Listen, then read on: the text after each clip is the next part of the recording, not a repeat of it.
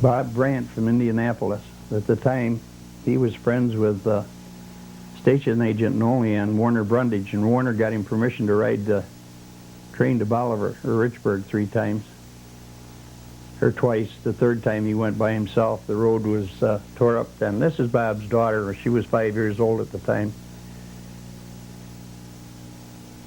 This is in the Olean yard. This is coming out from under East State Street. It was called the Pennsylvania Interchange.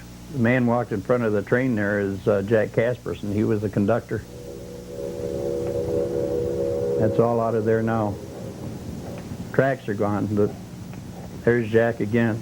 Looks like a 37 Chevy there in the background. This is coming down from the depot. He's bringing a string of cars down there, and he'll leave them here. Pick up a cut from the Pensy there and put them all together, and away we'll go. Bob said he got his finger over the lens there. He didn't do that again after he saw this picture. This is over the Olean Creek there. The bridge is still in, but they've taken the rails off.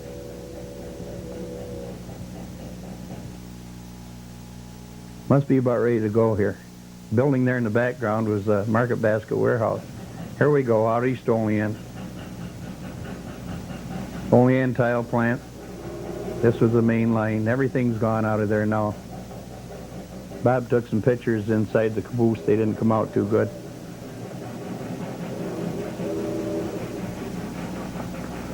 Still going out east Olean here. We'll be out here to Riverview in a minute. Whoop. There's White House Tower, where the Pennsylvania crossed the Shawmut, just above Portville. We're out to Prosser Junction now. That line you're looking at come from St. Mary's. The curve around there came from Olean. This is a Y out here, so you could turn a train. Water tank supplied the standpipe over here. They tried to take their water out here. There's Ed Friedel. Tommy Johnson. He was our neighbor in Angelica, and he was our next door neighbor in Olean. We knew each other for many, many years.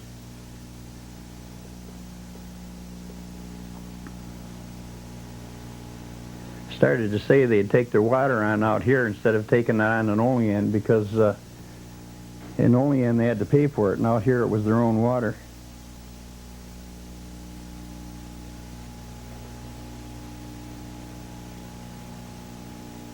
Always kept those tanks filled right up to the top.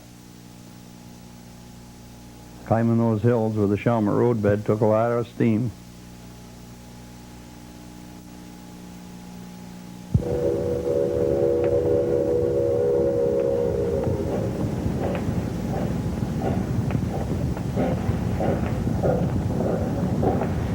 There's George Bowen's motor car.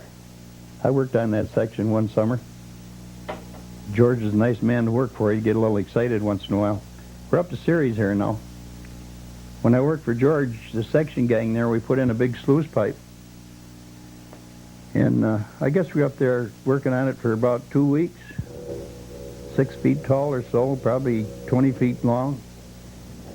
Maybe longer than that. Just nicely got it in when the 42 flood came along and washed it all out. Picking up a cut of cars here at Ceres.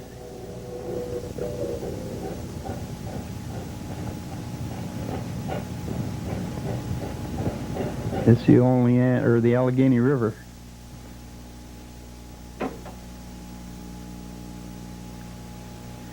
We're in just a minute here. We're going to be coming up on the well, it was the underpass there, what is now the Coliseum skating rink. If you watch closely when you go by there, you can still see the roadbed. We're up here now to Allegheny Refinery. Used to do a lot of switching in there, as you can tell by the amount of cars are in there. When I made my trial runs on the railroad, it was winter. There was a crust on top of the snow, and you had to walk way back in there to a couple cars up. You just get your weight up on top of that snow and sink right down through it to your knees.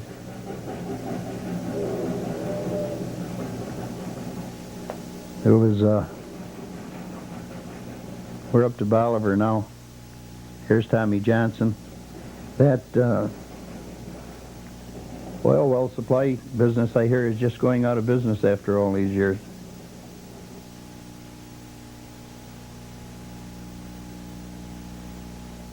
A lot of switching was done here with pipes and freight.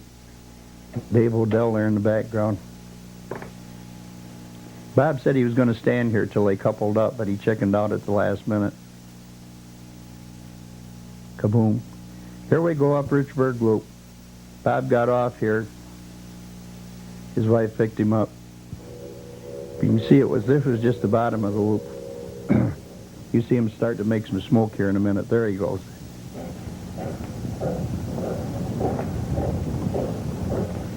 Just a big S loop going up over the hill. West and East Notch and down into Friendship. Nile.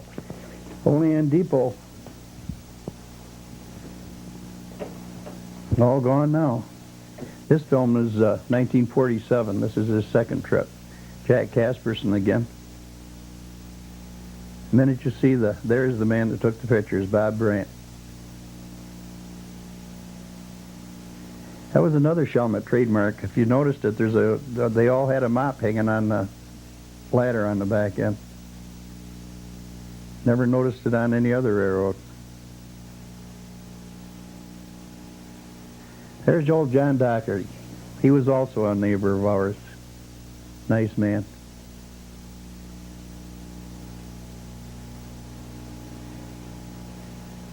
Just a minute here, you'll see Light and Roll. There he is. He's on the engine, but we're going to get a little demonstration here in a minute. Here we go. One of the area's good baton twirlers. He was quite famous around the area for his work. Bob said he asked Jack Casperson if he thought he could get a ride on the engine. He said, "Oh, that guy will never let you on there." So he said, I went up and took a picture of him and asked him if I could ride the engine. He said, "Sure, get on." We're back up to Allegheny Refinery again in Little Genesee.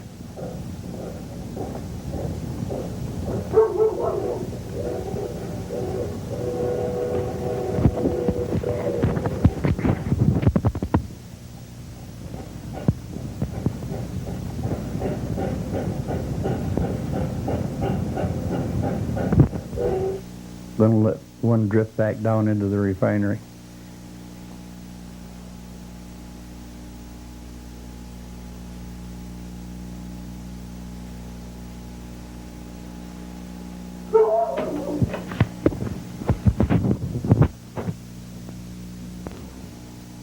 Minute here, you'll see two young lads come along with buckets.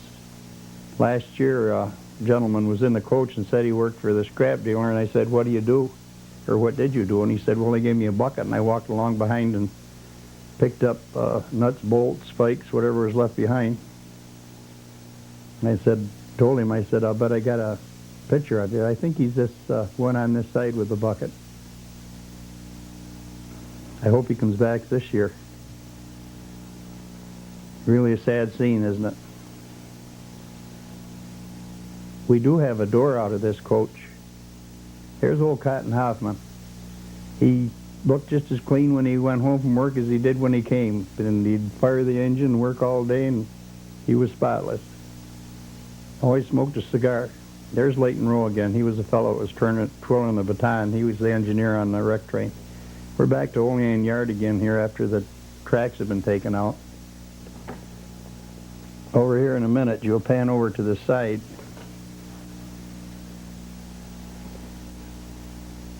Right there.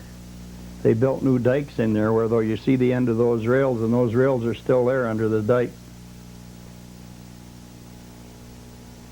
East State Street Bridge again. This was the ash pit down here on this side. This is a caboose that's over to St. Mary's. Here's the Erie going over the Belfast Bridge. I never believed I'd see a piece of film like this, but it's really something. The landmark's gone. So much of our history is gone. And folks, this is just about the end of the film. Hope you enjoyed it.